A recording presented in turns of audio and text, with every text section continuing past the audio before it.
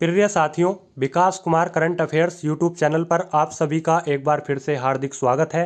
साथियों, आज हम 4 जनवरी 2023 का करंट अफेयर्स और इससे जुड़े हुए सभी स्टैटिक जीएस के फैक्ट्स को कवर अप करेंगे। तो साथियों, आप इस वीडियो को अंत तक ज़रूर देखिए और यह करंट अफेयर्स श्रृंखला जो हमने 1 जनवरी 2023 से शुरू की है, आप इसको नियमित रूप से फॉलो करते रहिए, क्योंकि अगर किसी भी एग्जाम में जिसमें करंट अफेयर्स और स्टैटिक जीएस वाला पोर्शन पूछा जाएगा, उसमें सभी प्रश्न मोस्टली सभी प्रश्न आपके इसी श्रृंखला से कवर अप हो जाएंगे। आपको किसी भी अन्य स्रोत को पढ़ने की आवश्यकता नहीं होगी। तो दोस्तों, मैं वीडियो शुरू करने से पहले आप सभी से रिक्वेस्ट करता हूं कि आप अगर नए हैं तो चैनल को सब्सक्राइब कर लीजिए और बेल आइकन को प्रेस ज़रूर कर लीजिए, जिससे कि डेली आने वाली वीडियो का समय से आपको नोटिफिकेशन मिल जाए। तो दोस्तों, मैं शुरू करता हूं 4 जनवरी 2023 का करंट अफेयर्स। इसमें पहला पॉइंट है प्रिज्वेला चैलेंज। प्रिज्वेला चैलेंज इसको ग्रामीण विकास मंत्रालय ने लॉन्च किया है, जिसका उद्देश्य है ग्रामीण अर्थव्यवस्था में बदलाव करना। इसका मुख्य उद्देश्य यह है कि जो ग्रामीण स्तर की अर्थव्यवस्था है उसमें महिलाओं की भागीदारी बढ़ाई जाएगी, उसमें उद्योगों की भागीदारी बढ़ाई जाएगी। तो ऐसे में ग्रामीण अर्थव्यवस्था के बदलाव के लिए प्रिज्वेला चैलेंज को शुरू किया है ग्रामीण विकास मंत्रालय ने। नेक्स्ट पॉइंट है क्रिस्टियानो रोनाल्डो। क्रिस्टियानो रोनाल्डो यह पुर्तगाल के एक फुटबॉलर हैं और इन्होंने हाल ही में सऊदी अरब का एक फुटबॉल क्लब है जिसका नाम है अल नस्सार को ज्वाइन किया है। तो यह काफ़ी चर्चित प्लेयर हैं क्रिस्टियानो रोनाल्डो। इसमें प्रश्न बन सकता है कि क्रिस्टियानो रोनाल्डो जो पुर्तगाल से संबंधित फुटबॉलर हैं, उन्होंने किस फुटबॉल क्लब को हाल ही में ज्वाइन किया है। तो उस क्लब का नाम है अल नस्सार और यह सऊदी अरब से संबंध रखता है। नेक्स्ट पॉइंट है पर्यटन क्षेत्र। पर्यटन क्षेत्र जैसे कई सारे क्षेत्र होते हैं, औद्योगिक क्षेत्र में आता है आपका पर्यटन क्षेत्र और पर्यावरण क्षेत्र में भी इसको लाया जाता है। विभिन्न राज्य सरकारों ने हर अपने अपने स्तर से इसके जो है सेक्टर में बांटा हुआ है। तो पर्यटन क्षेत्र को असम राज्य ने उद्योग का दर्जा दिया है। असम सरकार ने पर्यटन क्षेत्र को उद्योग का दर्जा दिया है। तो प्रश्न बन सकता है कि किस राज्य सरकार ने पर्यटन क्षेत्र को उद्योग का दर्जा दिया है। उसमें ऑप्शन दे सकते हैं उत्तर प्रदेश सरकार, असम सरकार, मेघालय सरकार, केरल सरकार। तो उसका ऑप्शन लगेगा आपका असम सरकार। नेक्स्ट है MLAT। MLAT का मतलब है दोस्तों पारस्परिक कानूनी सहायता संधि। पारस्परिक कानूनी सहायता संधि MLAT, इसके तहत भारत और सऊदी अरब में समझौता हुआ है। नेक्स्ट पॉइंट है RTI की बात करें तो RTI में जो है तमिलनाडु ने RTI जवाबदेही में सबसे खराब प्रदर्शन करने वाला राज्य बना है तमिलनाडु। होता क्या है दोस्तों, जैसे कोई भी संस्था है, कोई भी आपका विभागीय काम है, तो उसमें हमारा अधिकार होता है RTI मांगने का और उसका जवाब दिया जाता है विभाग के द्वारा। तो इसी जवाबदेही में RTI के जवाबदेही में सबसे खराब प्रदर्शन जो करने वाला राज्य है वह है आपका तमिलनाडु।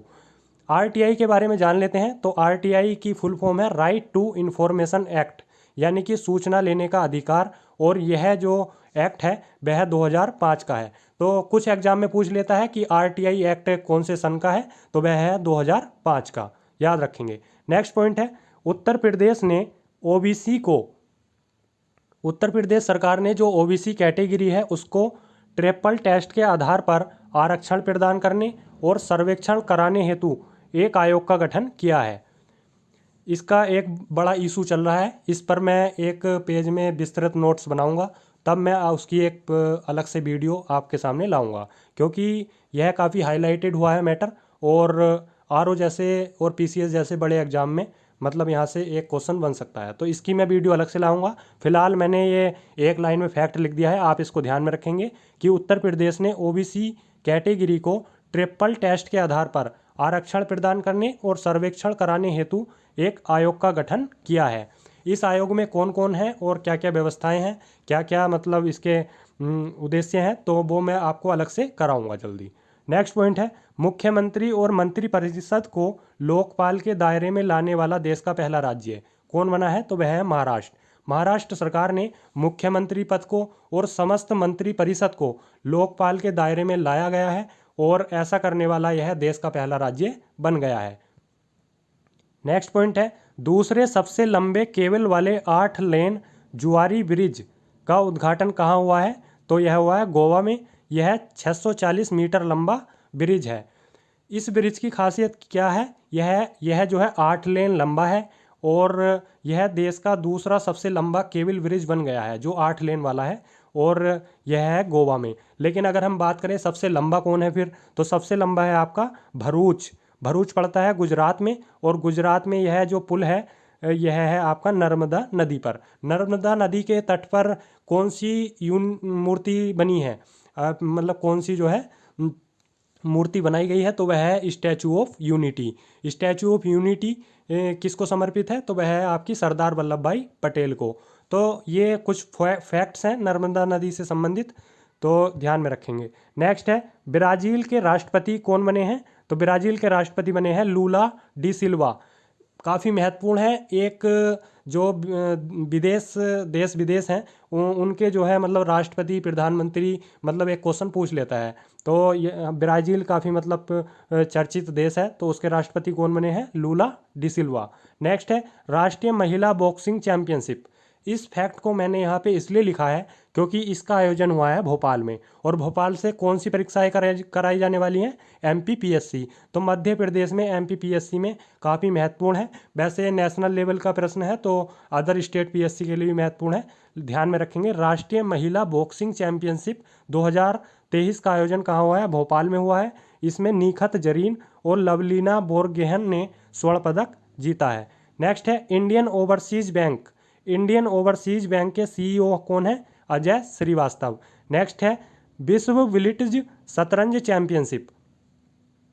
इस चैंपियनशिप में 2 पदक जीतने वाले पहले भारतीय कौन बने हैं? कोनेरू हम्पी।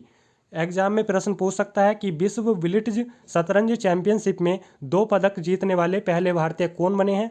तो उसमें आपका ऑप्शन लगेगा कोनेरू हम्पी। नेक्स्ट है, BSF border security force. Border security force के महासचिव के लिए अतिरिक्त प्रभार दिया गया है, वो दिया गया है सुंजाय लाल थाउसेन को। सुंजाय लाल थाउसेन बने हैं आपके BSF के अतिरिक्त प्रभार दिया गया है, महासचिव बने हैं। नेक्स्ट पॉइंट है,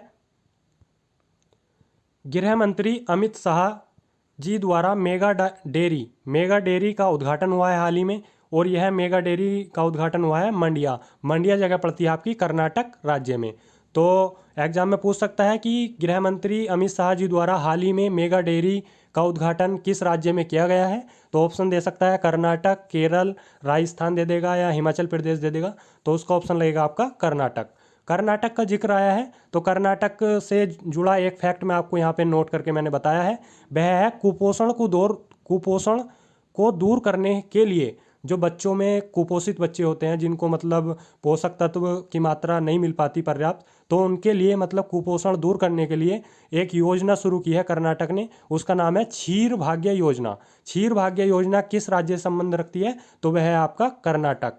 नेक्स्ट पॉइंट है, राजीव ढयाल। राजीव ढयाल यूएस की उपराष्ट्रपति हैं कमला हैरिस। उन्होंने राजीव ढयाल को राष्ट्रपति अंतरिक्ष परिषद सलाहकार समूह के लिए नामित किया है। तो पूछ सकता है कि US उपराष्ट्रपति कमला हैरिस द्वारा राष्ट्रीय अंतरिक्ष परिषद सलाहकार समूह के लिए किसे नामित किया गया है? तो यह भारतीय अमेरिकी मूल के हैं जिनका नाम है राजीव ढयाल, इनको नामित किया गया है। नेक्स्ट पॉइंट है, विश्व रैपिड शतरंज चैंपियनशिप। विश्व रैपिड शतरंज चैंपियनशिप के पुरुष विजेता हैं आपके मैग्नस कार्लसन पुरुष विजेता हैं। नेक्स्ट पॉइंट है, अराता इसोजाकी।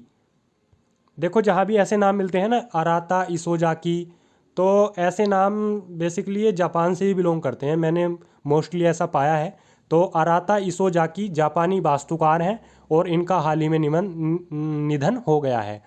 तो एग्जाम में पूछ सकता है कि अराता इसोजाकी जापान से संबंध रखते हैं, यह किस क्षेत्र से के लिए जाने जाते थे? तो यह जो है वास्तुकार थे जापानी, याद रखेंगे। नेक्स्ट है, पुस्तक का नाम दिया है the world a family history. पुस्तक का नाम है the world a family history. इसको जो लिखा गया है वह लिखा गया है साइमन सेवांग और डॉक्टर पिल्लाई के द्वारा। तो दोस्तों ये तो था आज का करंट अफेयर्स, इससे जुड़ा हुआ जीएसवी मैंने कुछ आपको बताया है। लेकिन इसके अतिरिक्त आज का जो हॉट टॉपिक है स्टैटिक जीएस में वह है आपका प्रमुख घास के मैदान। आरओ एआरओ पीसीएस हो या फिर कोई भी छोटा मोटा एग्जाम हो, वीडियो हो, एक दिवसीय परीक्षा हो, कोई सी भी एसएससी सीजीएल या फिर डाटा एंट्री जीडी वगैरह, उसमें एक प्रश्न पूछ लेता है। तो यह प्रश्न मतलब सभी एग्जाम के लिए महत्वपूर्ण है। इसमें जो है घास के मैदान क्रम लगवा लेता है कि किस देश से संबंध रखते हैं, या फिर डायरेक्ट भी पूछ लेता है। तो हम जितने भी घास के मैदान हैं मेन जो प्रमुख हैं उनको जान लेते हैं कि कौन से क्षेत्र से संबंध रखते हैं, कौन सा घास का मैदान। तो इसमें पहला है दोस्तों सवाना। सवाना घास के मैदान आपके पाए जाते हैं पूर्वी अफ्रीका में। पूर्वी अफ्रीका में कौन से पाए जाते हैं? सवाना। सवाना मतलब पूर्वी अफ्रीका। नेक्स्ट है कंपास। कंपास आप जाएंगे थोड़ा और ऊपर तो वहाँ पे पड़ता है ब्राज़ील, और ब्राज़ील में पाए जाते हैं कंपास। कंपास घास क्षेत्र पाए जाते हैं ब्राज़ील में। नेक्स्ट है लानोस। लानोस मतलब जिसमें लानोस मतलब ला आ गया, तो जिस देश में मतलब लास्ट में ला आ रहा है तो वह हो गया लानोस का, यानी कि लानोस मतलब वेनेजुएला। वेनेजुएला में पाए जाते हैं लानोस। नेक्स्ट है पंपास। पंपास आपका हो गया अर्जेंटीना में। Pampas Argentina. नेक्स्ट है प्रेरी।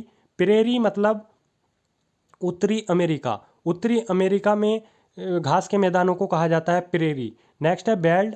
बेल्ट कहाँ पे है? बेल्ट का मतलब दक्षिणी अफ्रीका। दक्षिणी अफ्रीका में जो है बेल्ट है, और पूर्वी अफ्रीका में मैंने आपको बताया था सवाना। नेक्स्ट है स्टेपीज। स्टेपीज घास के मैदान पाए जाते हैं आपके मध्य एशिया में, अर्थात हम इसको रूस वाला क्षेत्र या फिर यूरेशिया वाला क्षेत्र भी बोल सकते हैं। तो यूरेशिया में कौन से घास के मैदान पाए जाते हैं? स्टेपीज। नेक्स्ट है डाउन्स।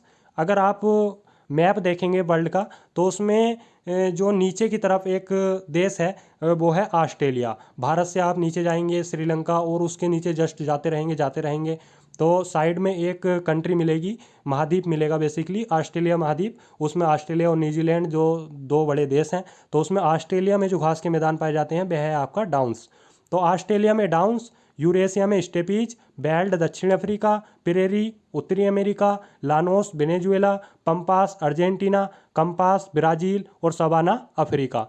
तो ये जितने भी घास के मैदान हैं वह मैंने सब आपको बता दिए हैं। इन्हीं में से एग्ज़ाम में आपको देखने को मिल जाएगा। तो दोस्तों ये था आपका 4 जनवरी 2023 का करंट अफेयर्स और साथ में स्टैटिक जीएस वाला पोर्शन। आई होप आपको ये वीडियो पसंद आया होगा। तो दोस्तों वीडियो को लाइक कीजिए, और जो भी आपकी क्वेरी है, जो भी आपकी सजेशन है, जो भी आपकी मतलब कमेंट है, आप उसको कमेंट बॉक्स में ज़रूर करिए। मैं सभी कमेंट रीड करता हूँ और आपकी हर कमेंट का रिप्लाई दिया जाएगा। तो दोस्तों thank you for watching, thank you so much. और अगर आप नए हैं तो एक बार फिर से कहूँगा, रिक्वेस्ट है चैनल को सब्सक्राइब कर लीजिए और अपने दोस्तों को वीडियो शेयर करिए। करंट अफेयर्स के लिए भटका बिल्कुल मत लीजिए, आपके सभी प्रश्न, मोस्टली प्रश्न यहीं से ही आपके कवर अप हो जाएंगे। Thank you for watching, thank you so much.